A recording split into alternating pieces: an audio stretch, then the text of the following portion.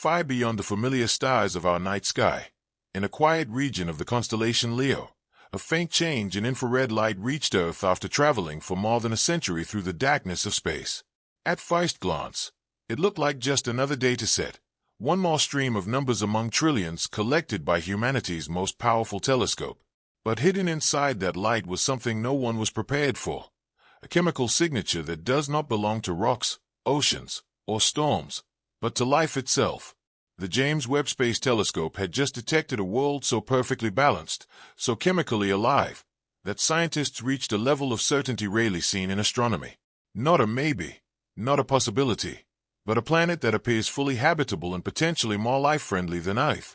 What Webb has found doesn't just suggest life might exist somewhere out there.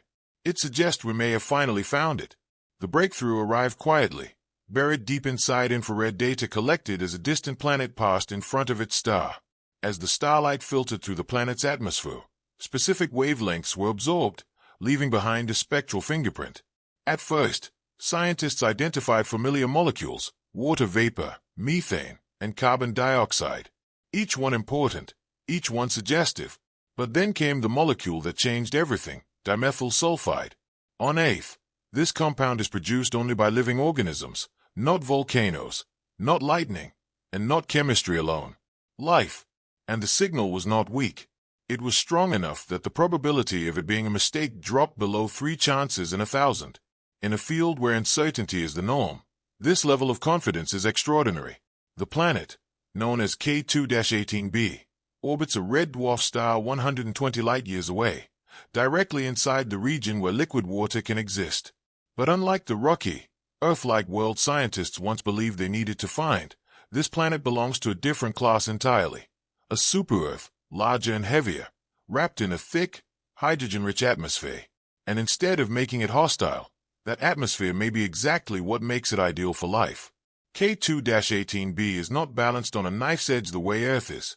Its environment appears remarkably stable.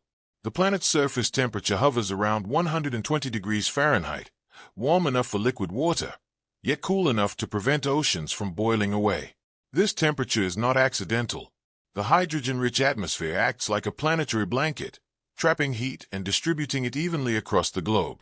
Unlike Earth, where temperatures swing between day and night, summer and winter, this world may experience consistent planet-wide conditions.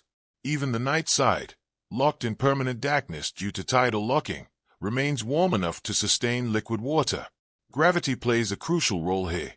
With nearly 3 times Earth's surface gravity, the planet holds onto its atmosphere with ease, preventing it from escaping into space like Mars did billions of years ago. What seems extreme to us may actually be an advantage.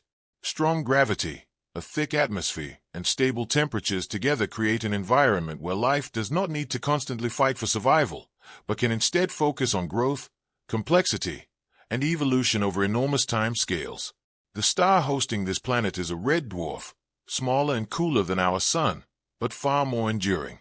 While our Sun will eventually expand and erase all life on Earth, red dwarfs burn steadily for trillions of years. That means any life that emerges on a planet like K2-18b has virtually unlimited time to evolve. The planet completes an orbit every 33 days, sitting close to its star, yet receiving almost the same energy per square meter that Earth receives from the Sun. This places it squarely in the habitable zone. But with one crucial difference: the habitable zone around red dwarfs lasts far longer than around stars like ours. Add to that the planet's thick atmosphere, which shields the surface from harmful radiation and redistributes heat globally, and you begin to see why scientists are rethinking everything they believed about habitability. This discovery suggests that Earth-like planets may not be the best places to look for life after all. Instead, the universe may favor worlds that are bigger, warmer, and far more stable than our own. What truly elevates this discovery is not just the planet's location or temperature, but the behavior of its atmosphere. The detected gases exist in a state of chemical imbalance. In a lifeless world, these molecules would react with each other and dissipate. Yet they persist in large quantities. On Earth, this kind of atmospheric disequilibrium is maintained only by biological activity. Life constantly pumps gases into the atmosphere, preventing it from reaching chemical equilibrium. K2-18b shows the same pattern. The absence of ammonia, a compound expected in lifeless hydrogen-rich worlds, strengthens this case even further. Something appears to be actively removing it, something alive. If this interpretation holds, then we are not observing a planet where life might exist someday. We are observing a planet where life is already shaping the environment on a global scale, a living world breathing across interstellar space, detectable from 120 light-years away. For decades, the search for life beyond Earth followed a rigid blueprint.